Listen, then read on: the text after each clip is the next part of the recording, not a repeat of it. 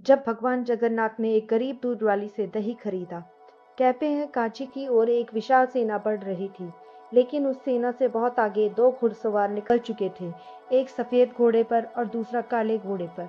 दोनों बिल्कुल सैनिकों की तरह दिखाई दे रहे थे। रास्ते में उन्हें एक छोटी सी जगह दिखाई दी, जहां एक महिला मिट्टी के बर्तनों में दही बेच रही थी। उनका नाम था माणिका। दोनों घुड़सवार उनके पास आके रुके। माँ, थोड़ा दही मिलेगा? माणिका ने दही दे दिया। दही खाने के बाद जब उसने पैसे मांगे तो दोनों के पास देने के लिए कुछ नहीं था। तभी एक घुड़सवार ने अपनी उंगली से एक अंगूठी निकाली और मणिका को देते हुए कहा, राजा पीछे आ रहे हैं, उन्हें ये अंगूठी दिखा देना, तुम्हारे दही का पूरा दाम मिल जाएगा। माणिका ने अंगूठी संभाल कर रख ली।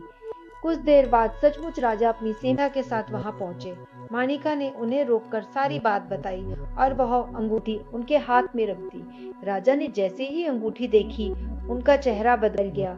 वह अंगूठी किसी साधारण सैनिक की नहीं थी, वह भगवान जगन्नाथ की थी।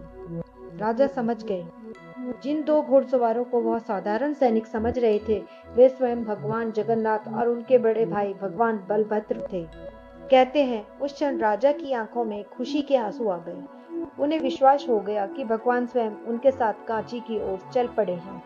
यह इतिहास की प्रमाणित घटना नहीं, बल्कि उड़ीसा की प्रसिद्ध लोक कथा और जगन्नाथ परंपरा का हिस्सा है।